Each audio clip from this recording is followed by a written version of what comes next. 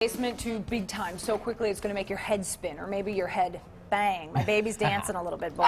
Nice. dancing. Just headbanging away. The Heroes Lie, it's a 5-piece, mostly from Menominee Falls, Milwaukee, basically, is where you're from. And they'll be performing a little bit later on. But you guys have an interesting road to fame story, because all of a sudden you're sitting around and the phone rings, and what?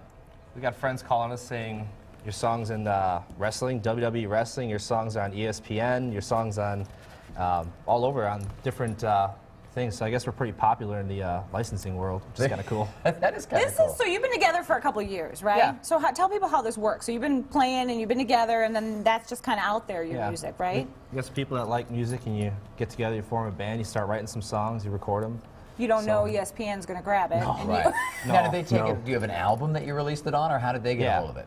We got an album that we released it off of, and then through there you submit it to like different companies that go out and pretty much sell your music to ESPN, to all that stuff. There's one company out of Chicago we work with called Music Dealers that did some network stuff for a different station, and then there's a company out of California called APM Music that got us the ESPN and the WWE stuff. Excellent. And has YouTube been a big part? We're playing one of your YouTube bits back here. Oh, nice. Has that been a big part of promoting the band too? Yeah, we got like over 200,000 hits on this one video with the wrestler, Mason Ryan, coming out to our song when it first kind of started happening back in September.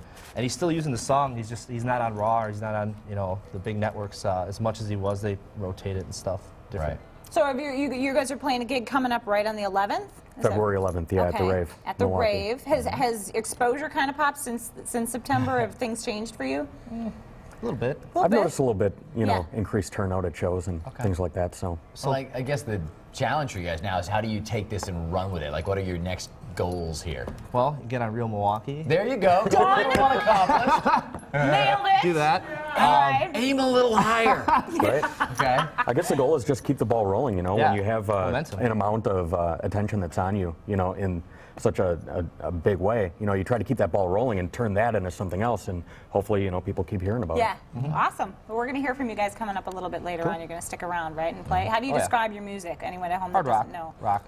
Hard rock. Hard rock. All right, so turn the knob up a little higher. Are there knobs on TVs anymore? No. No. Get your remote and press the button several times. All right. We'll be back with the guys from Goes to 11. The Heroes Lie. They're going to be live in our studio, and they're also going to be at the Rave next month. But stick around. On the other side of the commercial break, we're going to hear from them.